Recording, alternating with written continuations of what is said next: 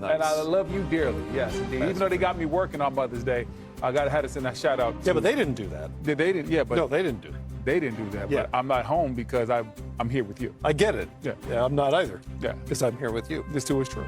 Happy Mother's Day to all the moms out there, mine included. It is Playoff Central Live. He's Brendan Haywood. As mentioned, I'm Matt Weiner. 2 Game 4s today in Indianapolis and Denver, where both lower-seeded teams had the edge through 3 games. In the day, tips in Denver for Game 4 between the Thunder and Nuggets, with Denver up 2-1 after an overtime win on Friday night. Nikola's off night. 2016 and 6. Just an awful NBA night. And I'm sure he's frustrated. When you're that efficient, maybe arguably one of the most efficient players to ever play any sport. I get it. I get why he's frustrated. But Game 4 is going to come, and he's going to touch it a million times. Hope he shoots it all the time. They're aggressive. They're physical. They're handsy. They're in the string. They're playing passing lanes. I don't know what they're doing because if I know, probably I'm not going to do having those kind of mistakes. So I need to figure out what they're doing. So basically, I was the worst player on the court to do on the game, and that's the most important.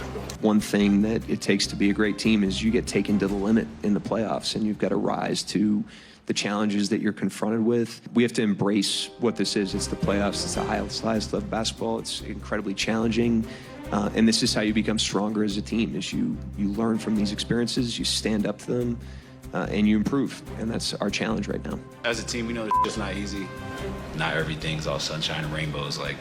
There's going to be a lot of ups and downs through it, and it's about how you win these days in between. And I think that's what makes a really good team. Well, one item on the OKC to-do list for Game 4, score. Score more efficiently. They shot under 39% and scored 45 fewer points than in Game 2. Obviously, Brendan, they're not going to score 149 in every game in this series, but sub 39% shooting and the execution down the stretch were real problems, and the inefficiency of their best player was a problem. And a lot of that had to do with, when you talk about the inefficiency of Shai Gilgeous-Alexander in that offense, it had to do with what Denver was doing defensively. They were showing SGA a lot of different coverages. They were showing double teams, triple teams, and then sometimes they were even doing what we like to call a help shell coverage. So right here, we understand SGA wants to get to the mid-range. He's going to come off the screen. They're going to double, but now it's really a triple because Aaron Gordon is helping off the strong side corner. Nowhere for SGA to go. Now look at Christian Brown get over there, cut off the mid-range. He's going to help off Dort, forces a tough shot. Now we're going to see it again. SGA comes off the pick and roll. He's looking for 3 defenders. They're going to force him to make that pass to the other J-Dub. He misses inside, and they're off and running. Now we're going to see missed free throw. SGA's like, okay, I'm about to get into my ISO situation. I got Michael Porter Jr. on me. I like the matchup. Nope. Christian Brown's not going anywhere. We're double teaming. We're getting the ball out of your hands. We're forcing you to throw the ball to your teammates. We will live and die with the results of those guys taking shots as opposed to you. SGA did not get a shot attempt in overtime. He did not get a shot attempt in overtime of Game 3. He was 1 of 8 in the fourth quarter. The defense really worked. They wanted to limit his mid-range opportunities, and they did that. And that's some really focused defense from a Denver team that has been inconsistent on that end of the floor. This was obviously part of the game plan going in.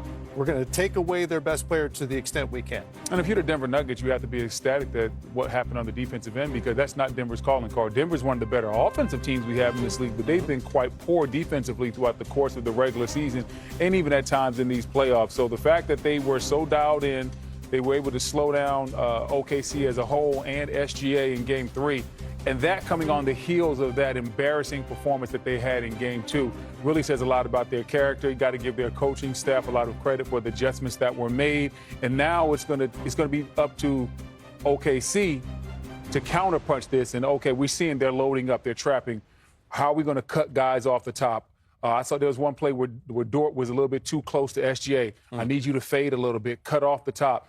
They're going to have to get better at playing against this defense, because I can guarantee you they're going to see it again this afternoon. So that is the mission for Shai Gilgeous-Alexander today. If he thinks this is coming again, what's the adjustment for him? Get off the ball quickly, maybe get it back? Well, what's next? it can't just be him. It has to be a game plan thing. So sometimes you want to go and if you think they're going to trap you when you go into a pick and roll, you want to do dribble handoffs. It's harder to trap dribble handoffs because a guy like J-Dub that's mobile and Chet, guys that are mobile, they can keep the give and get right to the basket. So maybe you want to do a little bit more dribble handoffs. Maybe you want him to come off of more pin downs and get the ball in the mid-range and that action. Also, you also want to tell your guys where to be. When SJ's at the top of the key and everybody has all eyes on him, don't stop moving. You want to cut to certain areas. We saw Christian Braun load up to the elbow. If you're on the wing and Christian Braun loads up, you need to flare a little bit more, give him a better passing angle. Or sometimes you need to just cut off the top just in general and make that defense move. You want to make the defense move, and then you can find a way to take advantage on the weak side.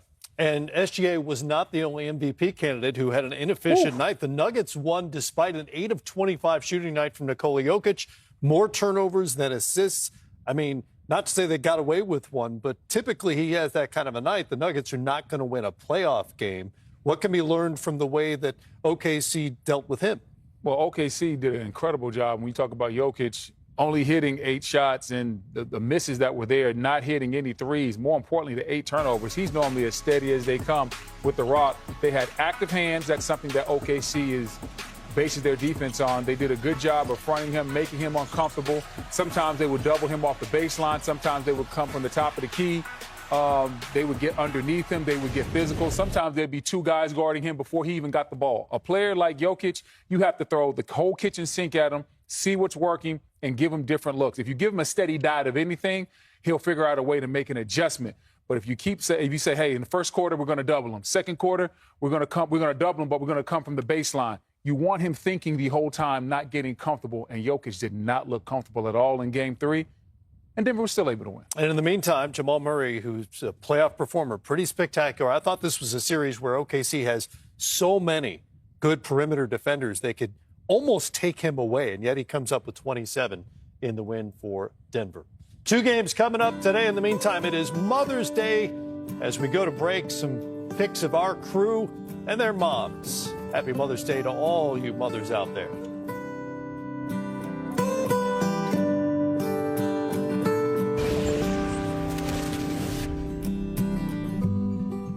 Chào tất cả các bạn, chào mừng các bạn đã đến với kênh YouTube của mình. Ngày hôm nay mình sẽ làm một chiếc video là tô màu những sản phẩm, hoa quả, con vật, đồ vật, vân vân. Nếu các bạn chưa biết sản phẩm gì đúng không thì hãy xem hết video và để lại một cái like và một lượt subscribe để mình có thể tiếp tục động lực ra video nhé. Và bây giờ các bạn hãy xem hết video để biết đó là sản phẩm gì nhé. Bây giờ các bạn cùng mình đi tô màu nào.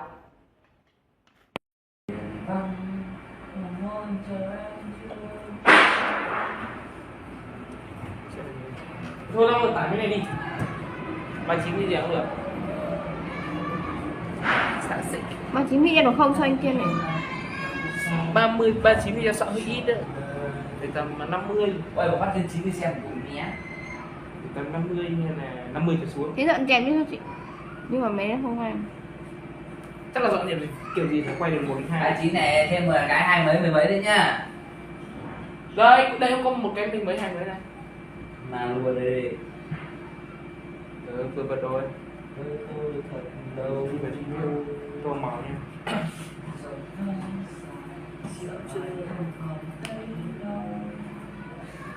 Dạo đến đất Facebook tất đất nước rồi. Gì? Cái lễ này. Chưa năm nào lễ to nhất năm. Có trước đâu nhỉ? Trong miền Nam, diệt diễu binh, diệt binh đây.